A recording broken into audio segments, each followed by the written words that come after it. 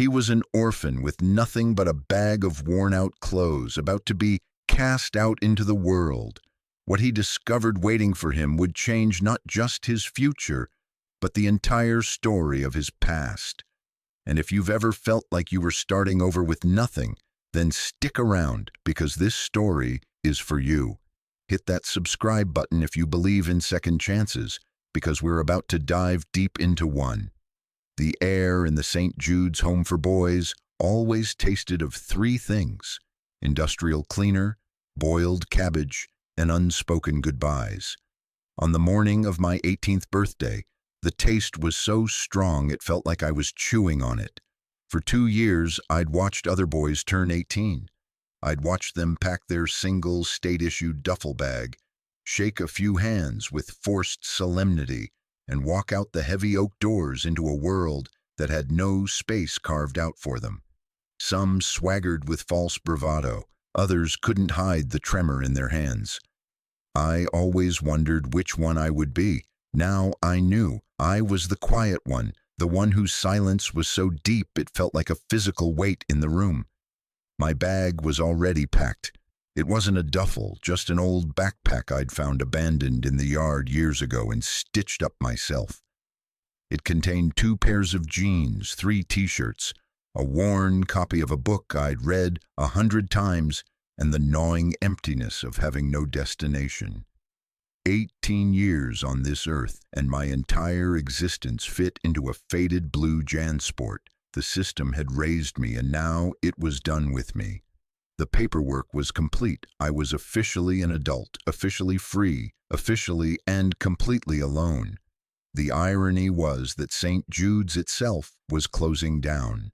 A budget cut, a reallocation of funds, a dozen bureaucratic phrases that all meant the same thing. The home that had been my prison and my only shelter was about to become a ghost, just like the families of the boys inside it. In a week, the last of the younger kids would be scattered to other facilities across the state, and the doors would be chained. My birthday just happened to line up with the beginning of the end. I stood by the window in the dormitory, a long, sterile room lined with 20 identical metal frame beds. It was dawn. A pale, watery light filtered through the grimy glass, illuminating the dust motes dancing in the air like tiny, forgotten souls. Below, the city was waking up, a distant hum of traffic and life that felt a million miles away. For me, there was no next step, no college application, no uncle's couch to crash on, no summer job lined up.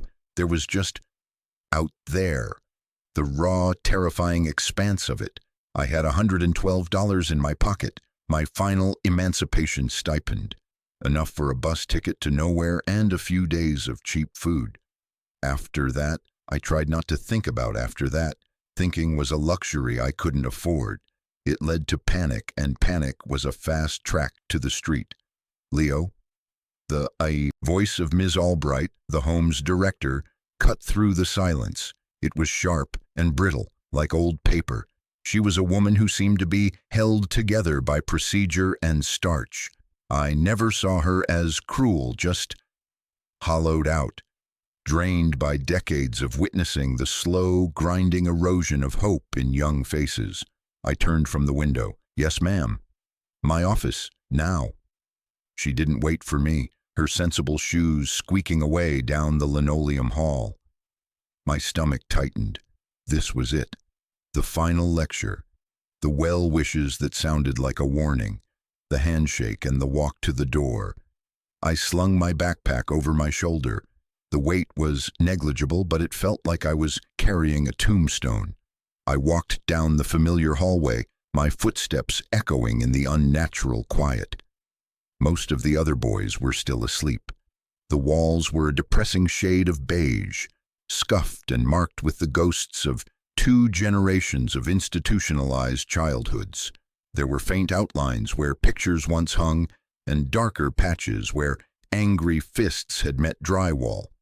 Ms. Albright's office was the nicest room in the building. It had a large wooden desk, a rug that wasn't stained, and a window that overlooked a small, sad garden. She was sitting behind her desk, her hands folded neatly on top of a stack of files. My file. The thick, dog-eared testament to my 18 years as a ward of the state. But there was something else on the desk, too. A large, stiff manila envelope. It looked ancient, the paper yellowed and brittle at the edges. My name was written on the front in an elegant, fading cursive I didn't recognize. Leo Sullivan. "Sit down," she said, gesturing to the hard plastic chair in front of her desk. I sat, placing my backpack on the floor beside me. The silence stretched, filled only by the ticking of a clock on the wall. Each tick felt like a second of my old life falling away. "As you know, Leo," she began, her voice devoid of any real emotion, "your time at St. Jude's is complete. You are legally an adult. The state's guardianship has ended." She recited the words like a script. I nodded, my throat too tight to speak. "Normally," she continued, "this is where I would give you your final paperwork and your stipend. But in your case, something unusual has come up." She slid the manila envelope across the desk. It stopped just inches from my hands. "This arrived in the mail 2 days ago. It was sent from a law firm. It's addressed to you, to be opened on your 18th birthday." I stared at it. A letter? For me? I hadn't received a piece of personal mail in my entire life. Birthday cards from the staff didn't count. This was different. This was from the outside world.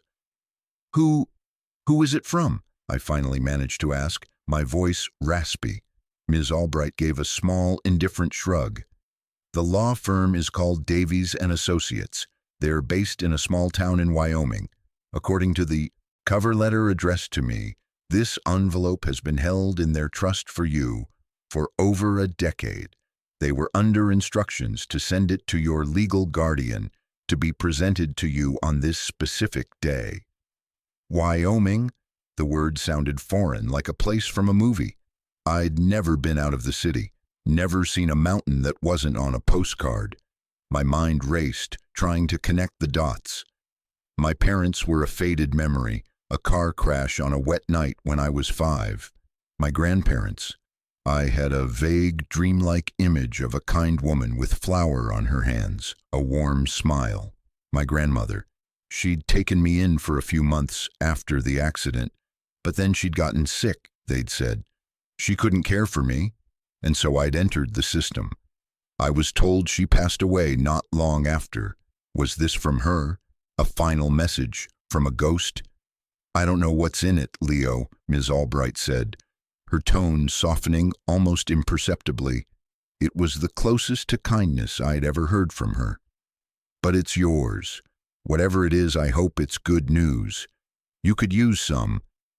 She pushed the envelope the final few inches until it touched my fingertips. The paper felt strange, thick and important. I picked it up. It was heavier than it looked. For a moment, I just held it. This impossible object from a life I never had. It was the first thing I had ever owned that wasn't a hand-me-down. The first thing that was meant for me and me alone. The fear that had been a cold knot in my stomach began to morph into something else. A flicker of warmth, so faint I wasn't sure I could trust it. Hope. It felt as dangerous and as foreign as the name of the state it came from.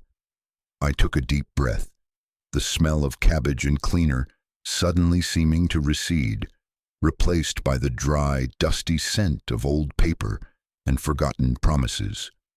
My hand trembled as I looked from the envelope to the door, and for the first time, the world outside didn't just feel like an ending. It felt impossibly like it might be a beginning. I didn't open the envelope in her office.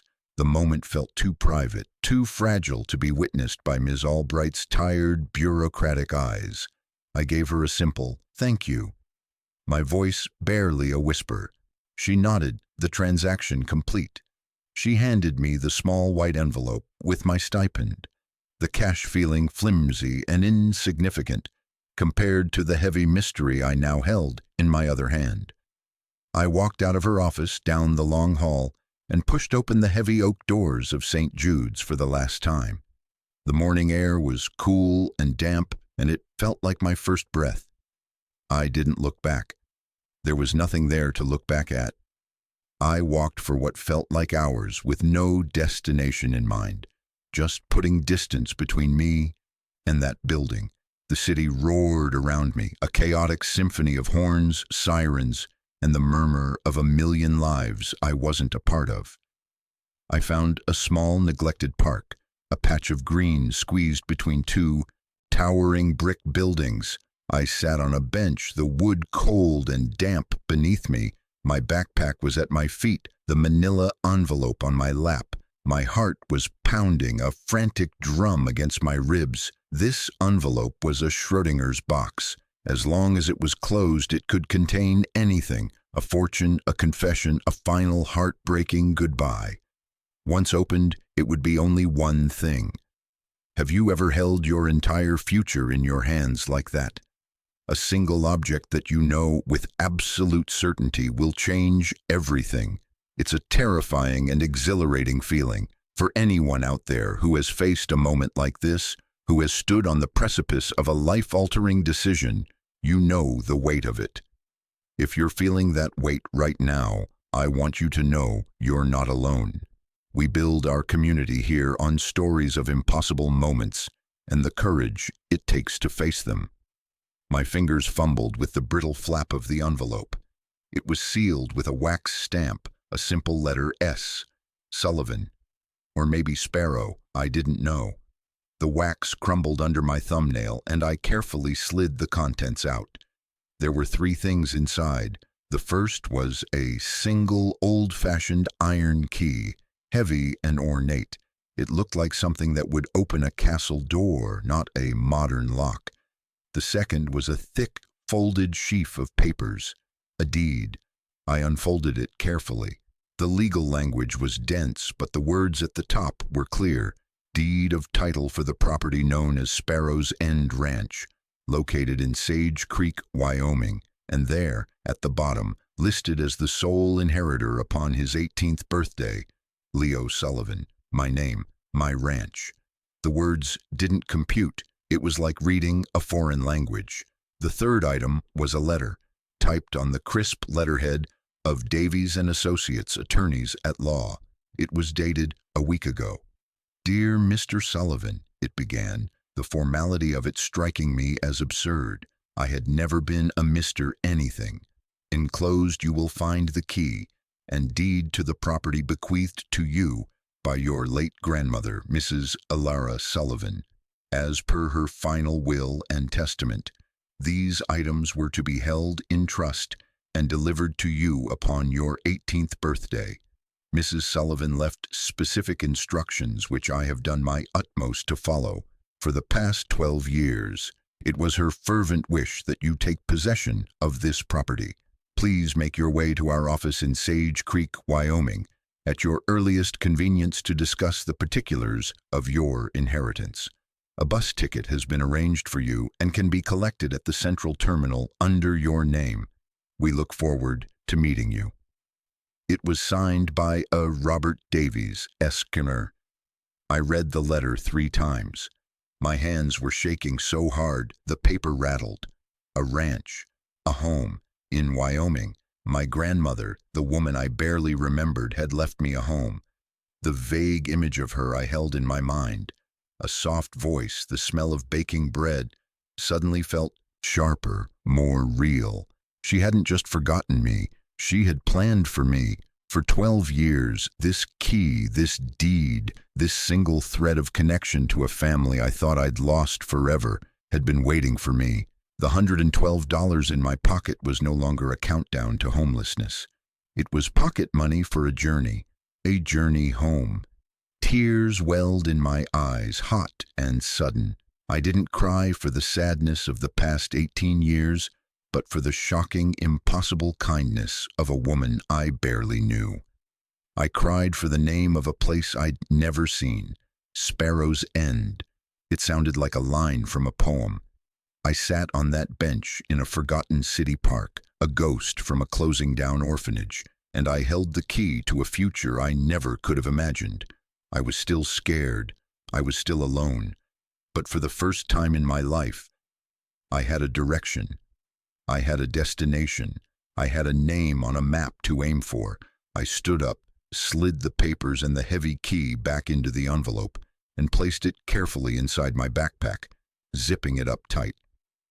It was the only valuable thing I had ever possessed.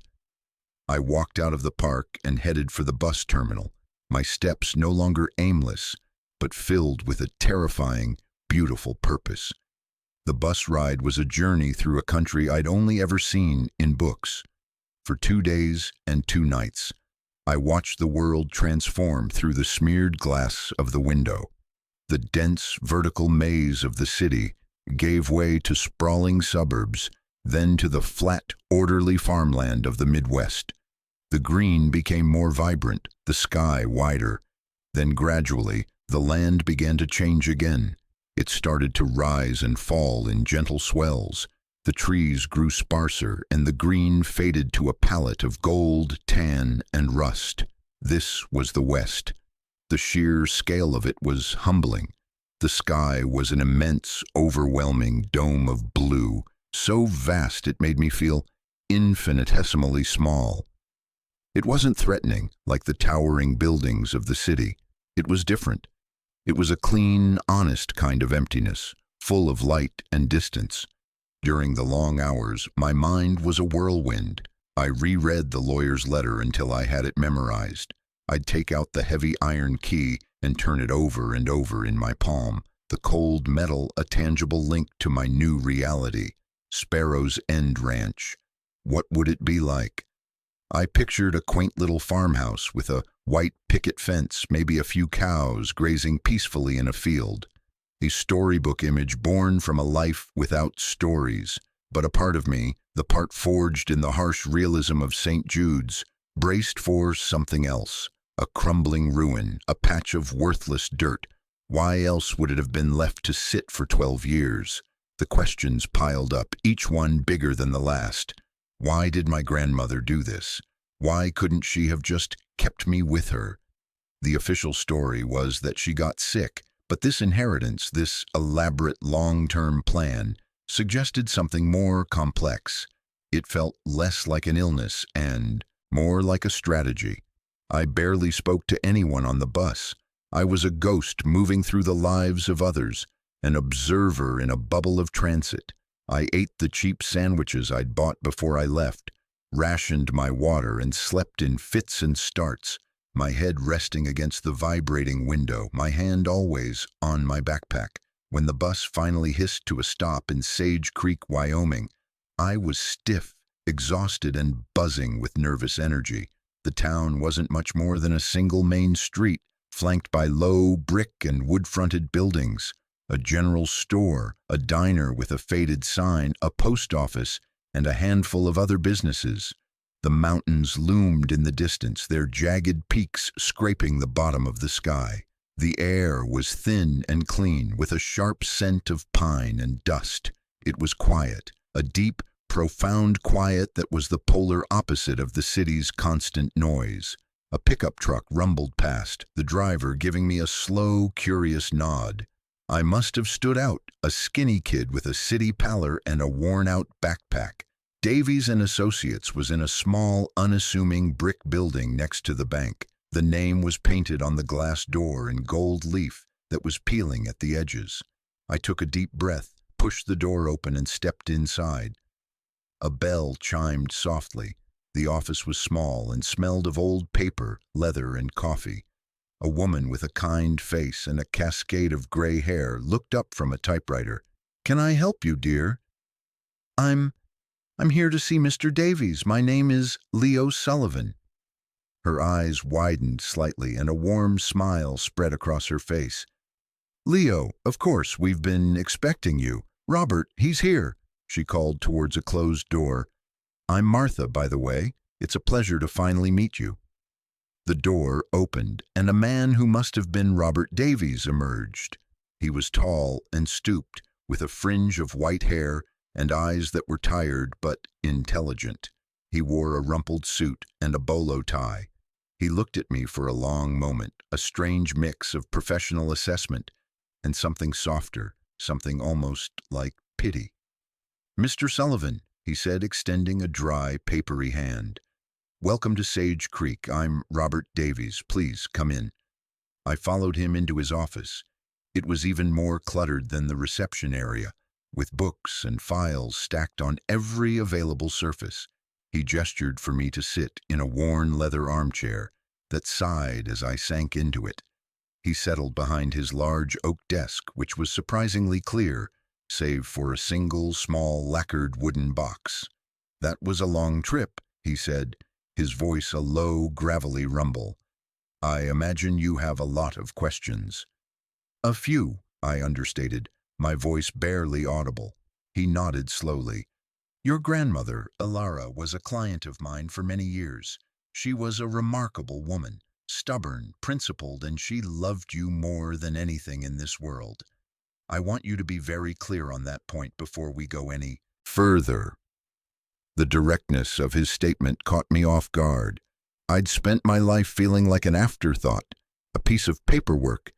To hear someone say with such certainty that I had been loved, it was like a key turning in a lock I didn't even know was there. "She set up a very specific trust," Davies continued, his fingers tapping on the desk. "The property, Sparrow's End, was to be held until you came of age. She was adamant that it could not be sold or transferred before then. She feared the state would liquidate it as an asset if they were your legal guardian. She structured things to make it appear she was destitute. It was the only way she could ensure it would one day be yours." Destitute. That was the word they'd used at St. Jude's. The reason she couldn't keep me, it wasn't a tragedy, it was a tactic, a painful, sacrificial choice. "So, the ranch," I said, finding my voice.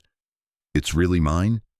"It's really yours," he confirmed, "for better or for worse." He slid the lacquered box across the desk. "Alara left this for you as well. She said you should open it when you arrived at the house." He paused, his gaze steady and serious. "Leo, the property, it hasn't been lived in for over a decade.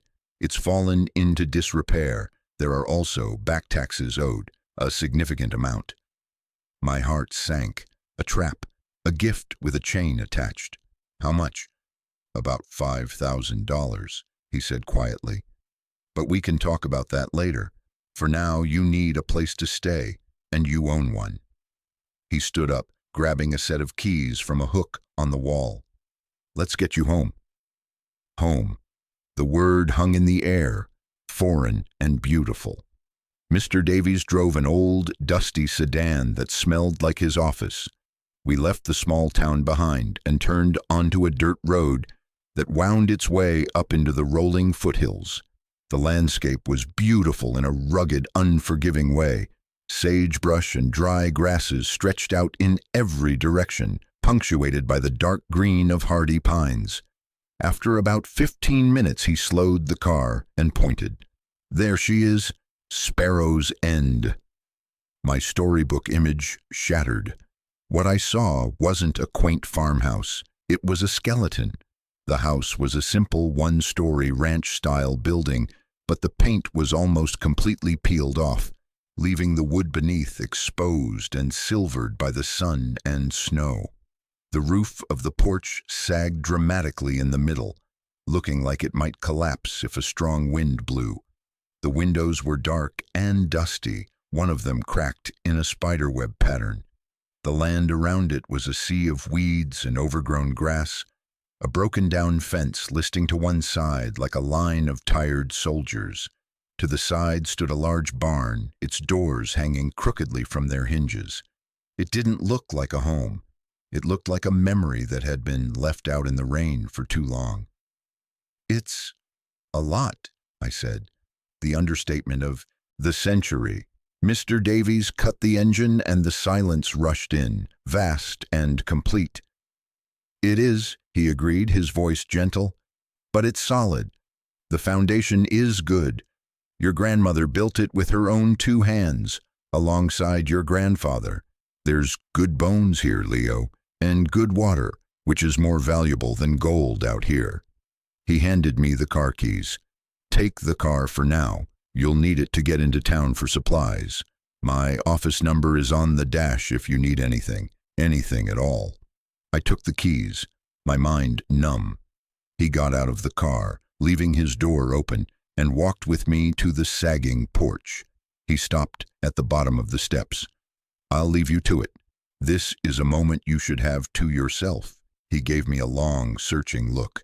"Your grandmother believed this place wasn't just land. She believed it was a chance, a place to stand your ground." With that, he turned, walked back to the road where a colleague was waiting to pick him up, and left me standing alone in front of the ruin that was now mine. I stood there for a long time, just looking. The weight of it all pressed down on me. The hope that had carried me across the country felt thin and fragile now, threatened by the harsh reality of the peeling paint and broken fence. This wasn't a gift. It was a burden, a lifetime of work, a project I had neither the skills nor the money to undertake. But then I looked down at the iron key in my hand, and the small wooden box Mr. Davies had given me. My grandmother had wanted me here. There was a reason. I had to believe that. I took a steadying breath, walked up the creaking steps of the porch, and fitted the heavy, ornate key into the lock. It turned with a loud, grating clunk, the sound of a dozen years of silence being broken. I pushed the door open and stepped inside. The air inside was thick and stale, heavy with the scent of dust, dry wood, and the faint, ghostly perfume of something floral, maybe lavender.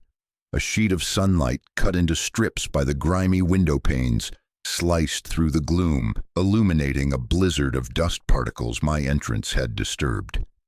Everything was covered in a thick, uniform layer of gray dust, shrouding the contents of the room in a soft, funereal blanket. The house was a time capsule. It was a small, open space, a combined living room and kitchen, a simple sofa and an armchair. Their floral patterns faded under the dust, faced a large stone fireplace. A wooden dining table with 2 chairs stood in the middle of the room.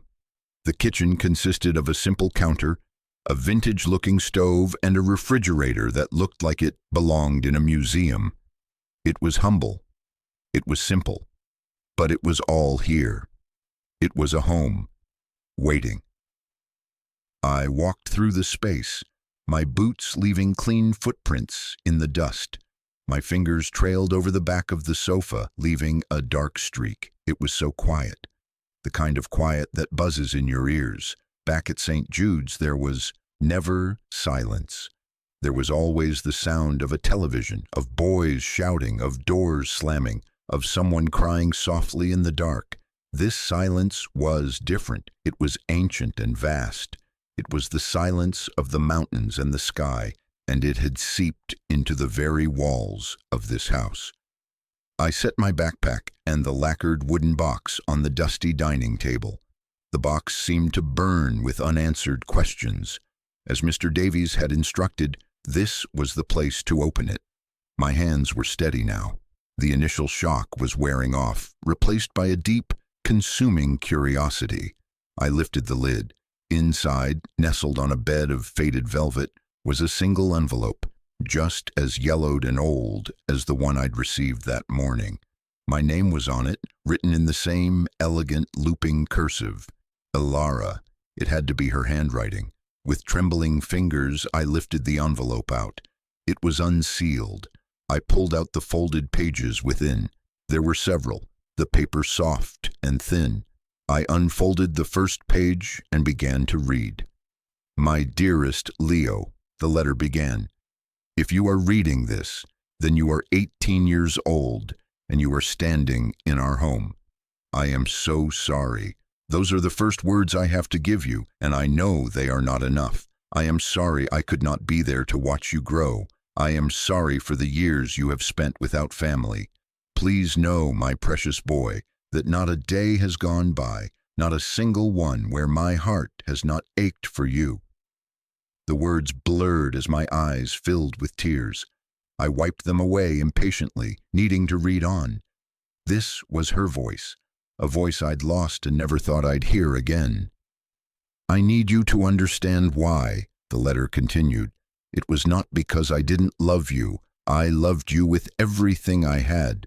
But the world can be a greedy place, Leo. This land, this little piece of the world, your grandfather and I poured our lives into. It's special.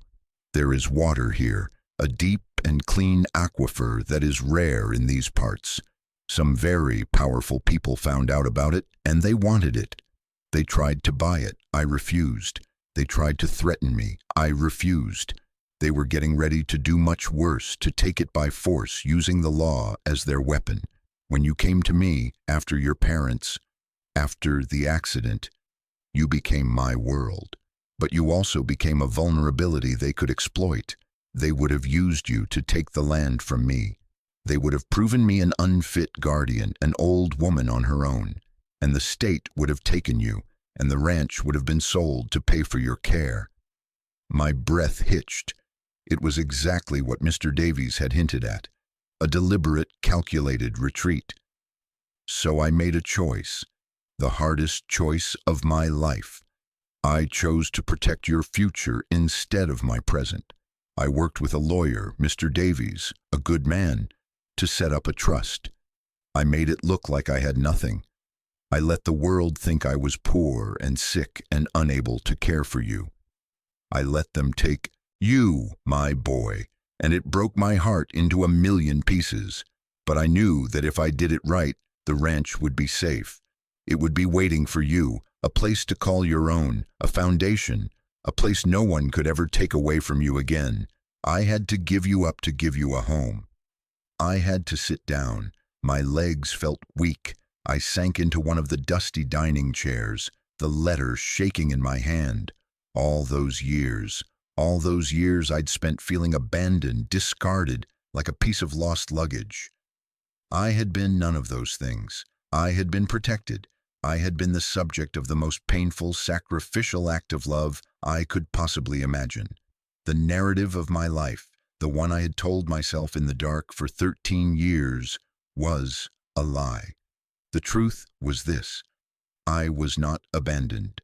I was saved. The letter went on. "This house needs work, I know. I'm sorry I couldn't leave it in better shape. But the bones are good, and you are not as alone as you think. In the kitchen, behind the stove, there is a loose stone in the hearth. Behind it, you will find a little money I saved. It's not much, but it should be enough to get you started. For food, for supplies, to give you a little breathing room. This is just the first step, Leo. There is more you need to know. But for now, just breathe. Breathe the air. Feel the quiet. You are home. All my love, forever, your Grandma Elara." I sat in the silence, the letter resting on the table. The dust motes danced in the light, but they no longer looked like forgotten souls. They looked like tiny sparks of possibility. After a few minutes, I stood up and walked to the kitchen area. The stone fireplace was massive, taking up half the wall. I ran my hands along the hearthstones next to the old stove. One of them shifted slightly under my touch. My heart leaped. I wedged my fingers into the crack and pulled. The stone came away easily, revealing a small, dark cavity. Inside was a metal tin, the kind that old-fashioned cookies came in. I pulled it out. It was heavy. I lifted the lid. It was full of cash, neatly bundled stacks of 20s and 50s. I didn't count it all, but it was far more than a little. It looked like thousands of dollars. Enough to pay the back taxes Mr. Davies had mentioned? Maybe. Enough to live on for months. It was a lifeline. It was proof. I closed the tin and slid the stone back into place. I walked back to the table and looked around the dusty, silent room. The sagging porch, the cracked window, the sea of weeds outside, they no longer looked like a burden. They looked like a challenge, a project, a promise. My grandmother hadn't left me a ruin. She had left me a starting line, and she had given me the tools to run the race. I picked up my backpack, unzipped it, and pulled out the old book I carried everywhere. I set it on the table next to her letter. Then I went back outside, took a deep breath of the clean, pine-scented air, and started pulling weeds. I had work to do. The first few days at Sparrow's End were a blur of labor and discovery. I used the money from the tin to buy cleaning supplies, groceries, and a sturdy pair of work gloves in town. The woman at the general store, a friendly lady named Sarah with a weathered face and kind eyes, gave me a curious but welcoming smile. "You must be Alara's boy," she'd said, not as a question but as a statement. "You have her eyes." The simple acknowledgement sent a shock of belonging through me. In the city, I was anonymous, a number.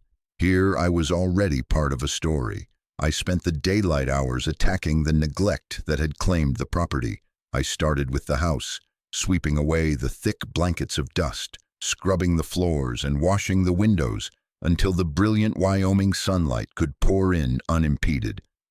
As I cleaned, the house began to reveal its personality.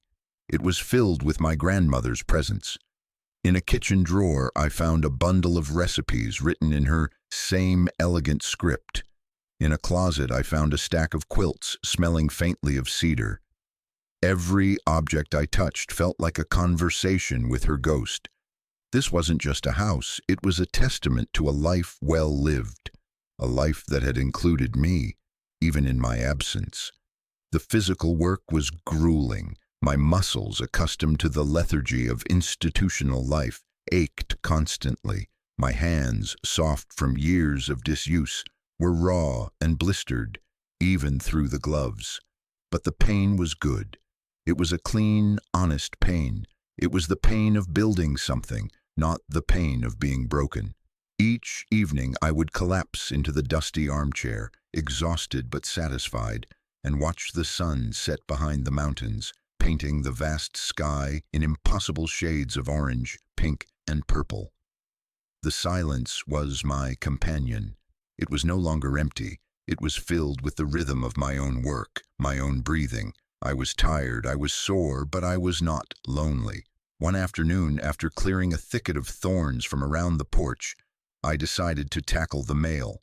The mailbox at the end of the long driveway was rusted and leaning, but I'd seen the mail truck stop there a day before.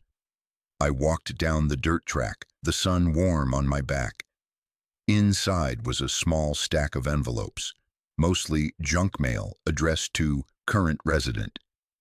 But at the bottom was a thick, cream-colored envelope with a slick, embossed logo in the corner.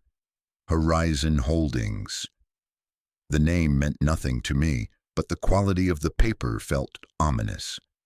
I took it back to the house and sat at the now clean dining table to open it. The letter inside was professionally printed, the language corporate and cold. It was an offer to purchase the property, Sparrow's End Ranch, all 160 acres of it. They were offering $50,000. $50,000. The number seemed astronomical. To a boy whose entire net worth a week ago was $112, it might as well have been $1 million.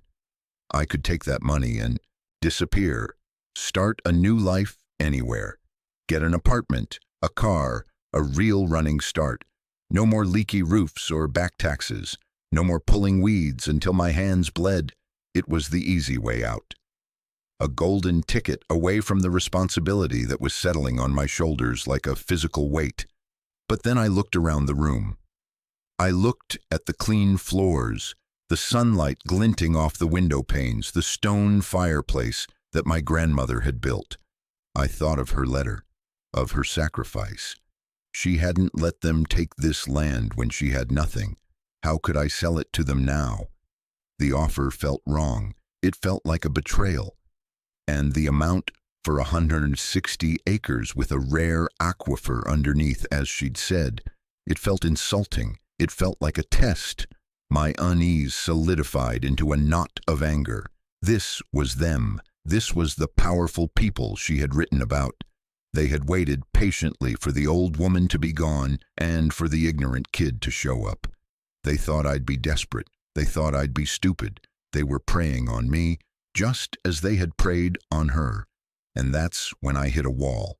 The elation of the past few days, the simple joy of physical work, it all evaporated, replaced by the cold, familiar dread I knew so well from St. Jude's. The feeling of being small and powerless against a system that was bigger, richer, and more ruthless than I could comprehend. I had a few $1,000s in a tin box. They had a corporate letterhead and $50,000 to throw away on an opening bid. It was a hopeless fight. The weight of the sagging porch and the crumbling fence and the $5,000 tax bill suddenly felt unbearable. Maybe selling was the smart move. Maybe honoring her memory meant taking the money and building a good life for myself, not chaining myself to her lost cause. I dropped the letter on the table and put my head in my hands. The silence of the house was no longer peaceful. It was mocking. What was I doing here? Playing homesteader? I was a city kid who didn't know the first thing about ranching, about property law, about fighting a corporation. I was in over my head and I was drowning. The hope that had bloomed in my chest began to wither, starved of oxygen. The ruin was just a ruin after all, and my grandmother's sacrifice. Maybe it was all for nothing. Have you ever been handed something that felt like both a gift and a heavy, crushing burden?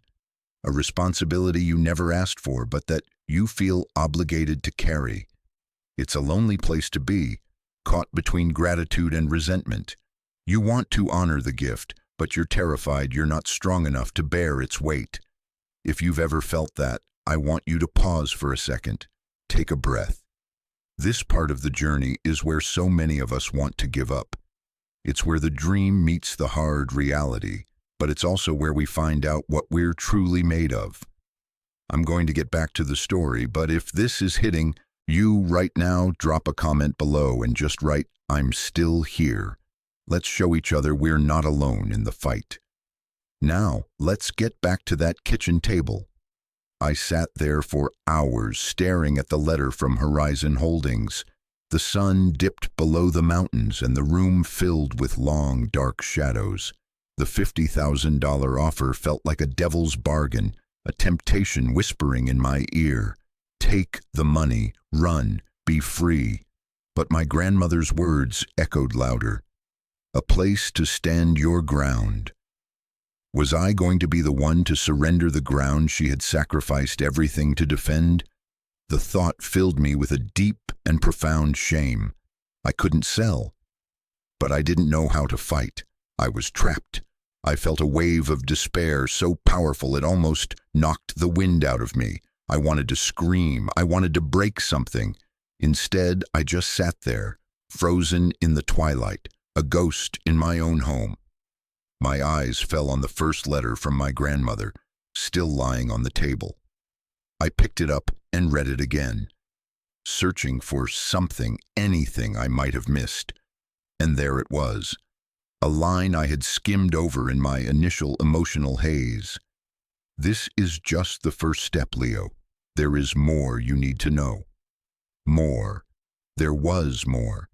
This wasn't the end of her message. There had to be another letter, another clue. My despair receded, replaced by a frantic, desperate energy.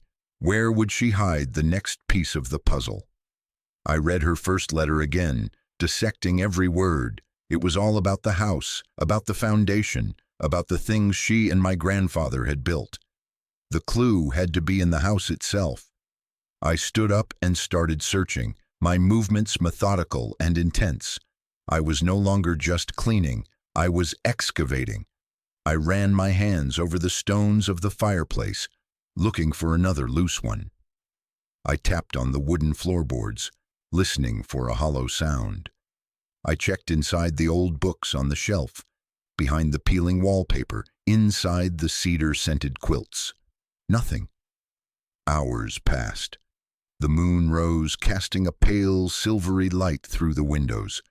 I was exhausted, frustrated, and on the verge of giving up again. I sank onto the floor in the middle of the living room, defeated. My gaze drifted around the room and I saw it. Something I hadn't paid much attention to before. A small, dark rectangle on the mantelpiece above the fireplace. It was a framed photograph, so coated in dust it was almost opaque. I had wiped down the mantel, but I hadn't touched the objects on it. I got up, took the frame, and wiped the glass with the sleeve of my shirt. It was a picture of a young couple, laughing, a man with a kind face and strong hands, his arm around a woman with a bright, intelligent smile and eyes that I recognized from the mirror. My grandparents. They were standing in front of the house, but it wasn't a ruin. It was new. The paint was fresh, the porch was straight, and behind them, the frame of the barn was only partially built. They were building their dream. But it was the background of the photo that caught my eye. Just behind my grandmother's shoulder, half visible, was a small object hanging from a nail on the unfinished wall. A music box, a simple carved wooden box. A jolt went through me. I scanned the room. There was no music box on any of the shelves. I searched the closets again, the kitchen cabinets. Nothing. Then I thought of the barn. I hadn't been in there yet. It seemed dark and intimidating, probably full of spiders and who knows what else. But the photograph was a clear sign. The barn was part of their story.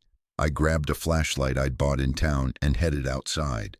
The night was cold and alive with the chirping of crickets. The moon was so bright I could see my own shadow stretching long and thin before me. The barn was even bigger up close, a hulking silhouette against the starry sky. One of the heavy doors had fallen off its top hinge and was leaning against the frame. I squeezed through the gap, my flashlight beam cutting a nervous path through the darkness. The air inside was thick with the smell of old hay, dust, and time. Massive wooden beams crisscrossed the darkness above me. The cavernous space was filled with the ghosts of a working ranch. Old saddles, stiff with age, were slung over wooden stands. Rusty tools I couldn't name hung on the walls. In one corner, an ancient, rust-eaten tractor sat like a sleeping iron beast. It was a museum of forgotten work. I moved slowly, my light dancing over piles of debris and old equipment. I was looking for a small wooden box in a mountain of forgotten things. It felt impossible. I searched for over an hour, my hope dwindling with every empty corner I checked. I was about to give up when my light caught something in the hayloft above, a glint of something out of place. I found a rickety wooden ladder leaning against the loft's edge and climbed, my heart pounding. The loft was filled with old, dusty bales of hay. I moved them aside, coughing as the dust filled the air. And there, tucked away in a corner, half buried under a pile of loose hay, was a small carved wooden box, the music box from the photograph. I climbed down the ladder, my hands trembling as I held it. It was beautiful, carved with images of sparrows and wildflowers. I wiped the dust from it and found a small wind-up key on the side. I turned it.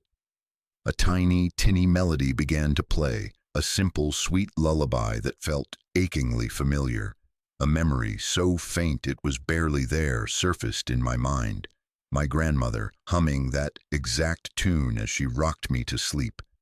The music played for a minute, and then, as the last note faded, I heard a soft click. A tiny, hidden drawer had popped open at the base of the box, and inside, gleaming in the beam of my flashlight, was a small brass key.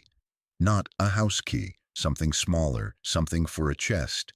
I knew with a certainty that settled deep in my bones what this key was for. I scanned the barn again, my eyes searching for a chest. I found it under a dusty old tarp in the back, behind the tractor. It was a large, heavy, sea-worn trunk, bound with iron straps. It was locked with a brass padlock that matched the key in my hand. I knelt, inserted the key, and turned. The lock sprang open with a satisfying thud. I took a deep breath and lifted the heavy lid. The smell of cedar and old paper wafted out.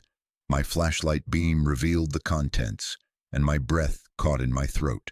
The chest was filled almost to the brim with bundles of cash, not just the few thousand I'd found in the house. This was more, much, much more. Tens of thousands of dollars, maybe 100,000. It was a staggering amount of money, all in old bills, neatly wrapped and stacked. But that wasn't all. On top of the money were several more envelopes tied together with a faded ribbon, and beneath them, a thick, leather-bound journal. This was it. This was the more she had promised. This wasn't just a starting fund. This was an arsenal. I sat on the dusty floor of the barn, the beam of my flashlight illuminating the impossible treasure before me, and I knew that the real fight was just beginning. The letter from Horizon Holdings was a skirmish. This chest, this was the declaration of war. I carried the journal and the bundled letters back to the house, leaving the cash hidden in the chest for now. I felt like a different person than the one who had walked out to the barn an hour earlier. The despair was gone, replaced by a fierce, protective resolve. I wasn't a victim. I was my grandmother's soldier. I sat at the table, the single lamp I'd bought casting a warm pool of light, and I untied the ribbon. I chose a letter at random and began to read. The story that unfolded in those letters and in the pages of her journal was more complex and heartbreaking than I could have imagined. My grandmother, Elara, wasn't just a simple woman who loved her land. She was a quiet, relentless activist. For years, she had been the linchpin of a local movement to protect the region's water from corporate interests. Horizon Holdings wasn't a new threat. They had been circling for 2 decades, buying up small ranches, consolidating their power, their eyes always on the immense aquifer that lay beneath our feet. My grandmother, with her deep knowledge of the land and her unshakable principles, was their biggest obstacle. Her journal detailed every move they made, the initial friendly offers, the escalating pressure, the veiled threats delivered by men in suits. She documented their attempts to find legal loopholes, to challenge water rights, to intimidate her neighbors into selling. She had organized town meetings, written letters to state representatives, and even filed a lawsuit with a group of other local ranchers, a suit that was eventually crushed by Horizon's army of expensive lawyers. Then came the final, cruelest attack, the one she'd alluded to in her first letter. As I read, the pieces clicked into place. They couldn't beat her legally on the land issue, so they came after her personally. They manufactured a case against her, framing her for check fraud. It was a complex scheme involving a forged signature on a land use application that came with a hefty non-refundable fee paid by a check they had engineered to bounce. It was designed to ruin her financially and discredit her in the community. They knew she was taking care of a 5-year-old boy on her own. They knew she was vulnerable, faced with a long, expensive legal battle she couldn't win and the certainty that the state would take me and sell her land. She made her impossible choice. Mr. Davies, it turned out, had been more than just her lawyer. He was her co-conspirator. Together they had devised the plan. She would plead guilty to a lesser charge, a misdemeanor that came with a short prison sentence. This would end the legal assault from Horizon, but it would also mean she would be declared an unfit guardian. It was the price she had to pay. She sold her small herd of cattle and every other valuable she had, secretly, and gave the money to Davies, not to fight her case, but to put into the trust for me. The money in the chest was the result of that sale, and a lifetime of frugal saving. The journal entry from the night before she turned herself in was almost illegible, the ink blurred in places by what could only have been tears. "They think they have won," she wrote. "They think they have taken everything from me. They have taken my freedom and they have taken my boy. But they haven't taken the land, and they haven't taken the truth. One day Leo will come home.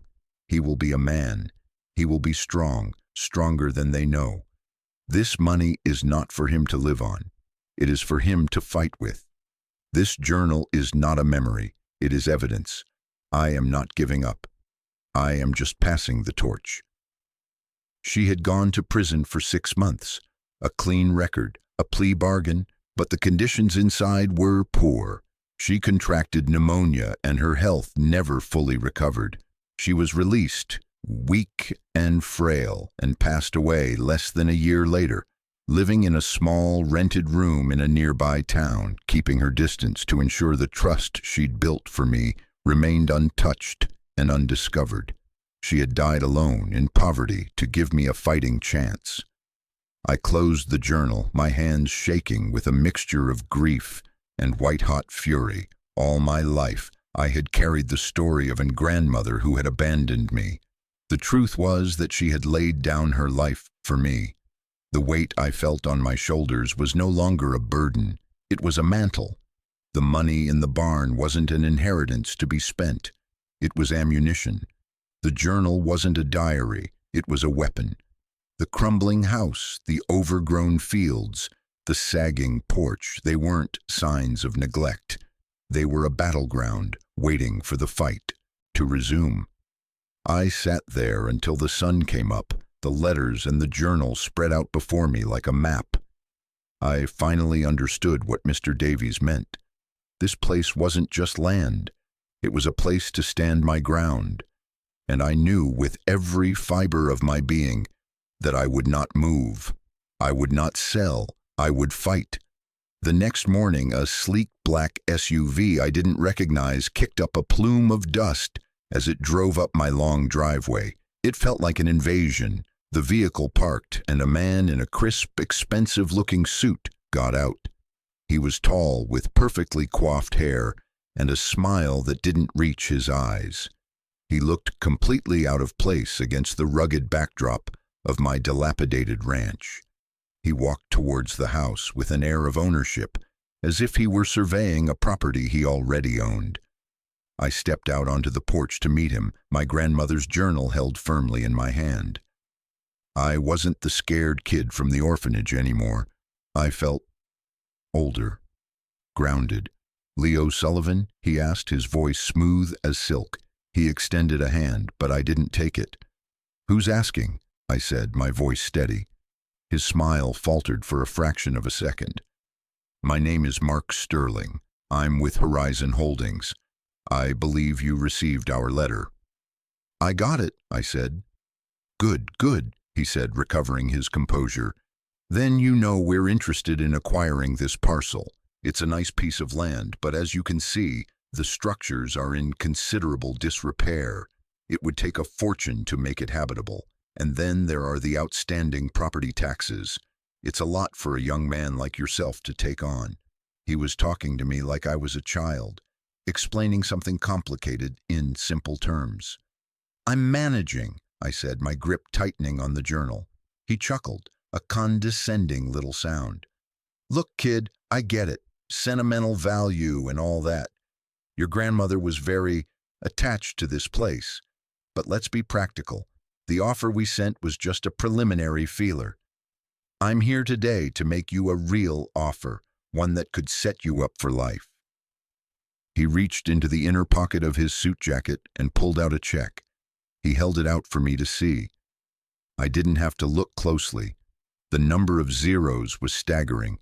7 figures. It was an absurd, life-altering amount of money, enough to buy a penthouse in the city, a sports car, anything I could possibly imagine. It was the ultimate temptation. Everything my life had lacked, right there on a single piece of paper.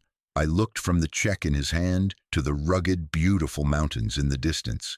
I thought of the tin box full of cash meant for groceries.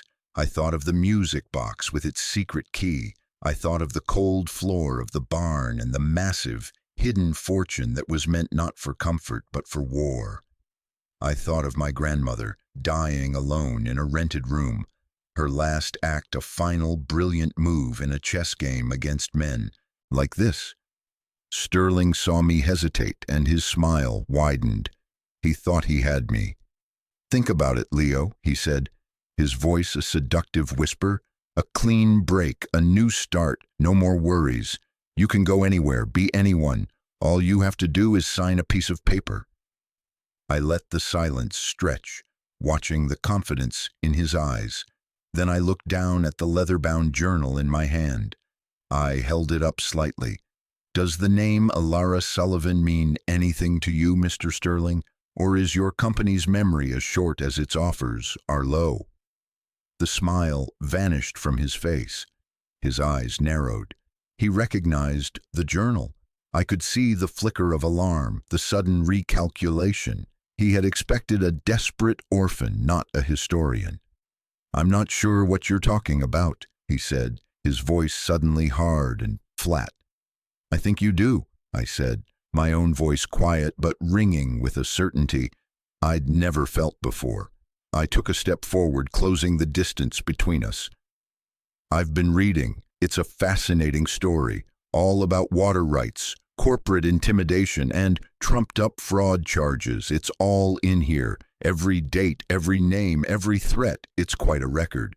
Sterling's face was a mask of controlled fury. The friendly facade had completely crumbled, revealing the predator beneath. "That's ancient history. It has no legal bearing on anything." "Maybe," I said, "but I think a jury might find it interesting, or maybe a journalist." I looked at the check he was still holding, then met his gaze. "My grandmother didn't sell. I'm not selling either." "You're making a huge mistake, kid," he hissed. "We will get this land. We can drown you in legal fees for the next 20 years. That little book won't save you." "I'm counting on it," I said. I looked past him, at the land, my land. She didn't leave me this place so I could run from a fight. She left it for me so I'd have a place to start one. Now, please get off my property.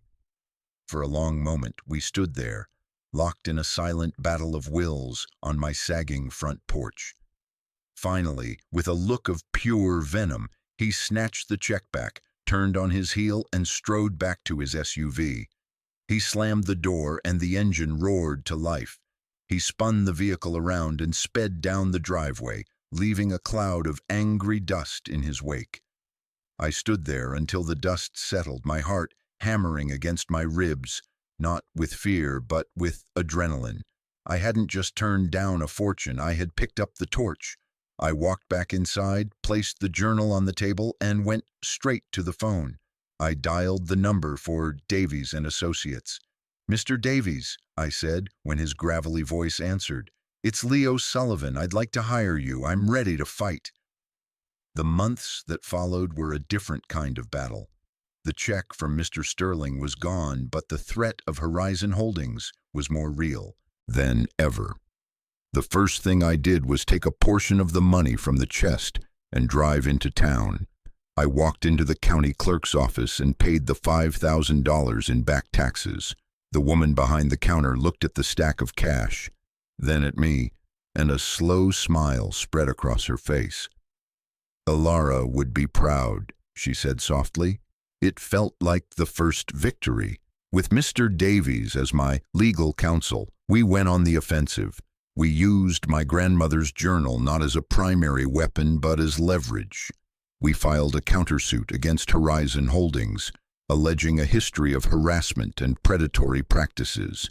It was a long shot, but it was enough to tangle them in legal knots, to force them to spend money and time they hadn't budgeted for.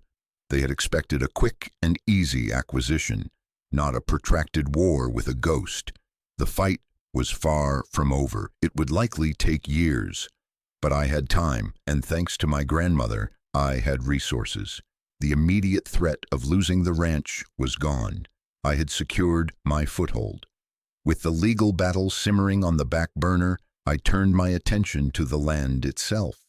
The house was my sanctuary, but the ranch was my purpose. I used the money from the chest not as a fortune to be lived off, but as a seed. I bought lumber to repair the porch. I ordered new glass for the cracked window. I bought a used but reliable pickup truck. I spent my days working, learning, and building. I wasn't alone. Word had gotten around the small community of Sage Creek. The story of Alara's grandson, the boy who had come home and told Horizon Holdings to get lost, had spread like wildfire. The locals, who had respected my grandmother and resented the corporation's encroachment, saw me as one of their own. An old rancher named Gus, who lived on the neighboring property, started stopping by. He never offered help directly, but he'd lean on the fence, chew on a piece of straw, and say things like, "That fence post looks a little loose. You'll want to use a deeper anchor for that corner. Soil's soft there." Or, "Weather's turning. Might be a good time to check the seals on those north-facing windows." It was his way of teaching me, of passing on the knowledge of the land that you can't learn from a book. Sarah from the general store would set aside bruised vegetables or day-old bread for me, refusing payment. "Waste not, want not," she'd say with a wink. People started waving as I drove by in my truck. They'd nod to me in the diner. I was no longer an outsider. I was becoming part of the fabric of the place. I was putting down roots in the soil my grandmother had fought so hard to protect. The work was endless. I repaired the barn doors. I cleared acres of overgrown fields. I learned how to mend fences, how to read the sky for weather, how to live with the rhythm of the seasons instead of the ticking of a clock. Some days were incredibly hard. There were moments of doubt, of loneliness, of feeling overwhelmed by the sheer scale of what I had taken on. But whenever that feeling crept in, I would go inside and read a page from her journal, or hold the small carved music box. I would remember why I was here. I was not just rebuilding a ranch. I was honoring a legacy. I was finishing a story that had been interrupted. One evening, months after Sterling's visit, I was sitting on my newly repaired porch, watching the sunset.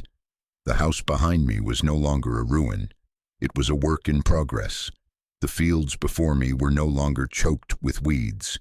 They were cleared, waiting for spring planting. The place was starting to look like a home again. My home. I realized that my grandmother had given me something far more valuable than land or money. She had given me a purpose. She had given me a community. She had given me a chance to discover a strength in myself that I never knew I had. Home, I learned, isn't a place you are given. It's not something you can buy or inherit like a piece of furniture. Home is the place you choose to fight for. It's the ground you decide to stand on, no matter how hard the wind blows. It's the community you build, and that, in turn, builds you. For 18 years, I had been a boy with no story, no past, and no future. But standing on that porch in the quiet of the Wyoming twilight, I finally knew who I was. I was the grandson of Alara Sullivan, and I was home. This journey taught me that the most valuable inheritances are not the ones that make life easy, but the ones that give life meaning. It's not about the money you're left, but the mission you're entrusted with. My grandmother's legacy wasn't the ranch. It was the fight for it. It was the courage to stand up to the powerful, to protect what matters, to choose the harder right over the easier wrong. And now I want to ask you, what is the ground you are fighting for? It doesn't have to be 160 acres in Wyoming. It could be your family, your art, your sobriety, your dream. It's that thing in your life that feels like both a gift and a burden, the thing that demands your strength and your courage.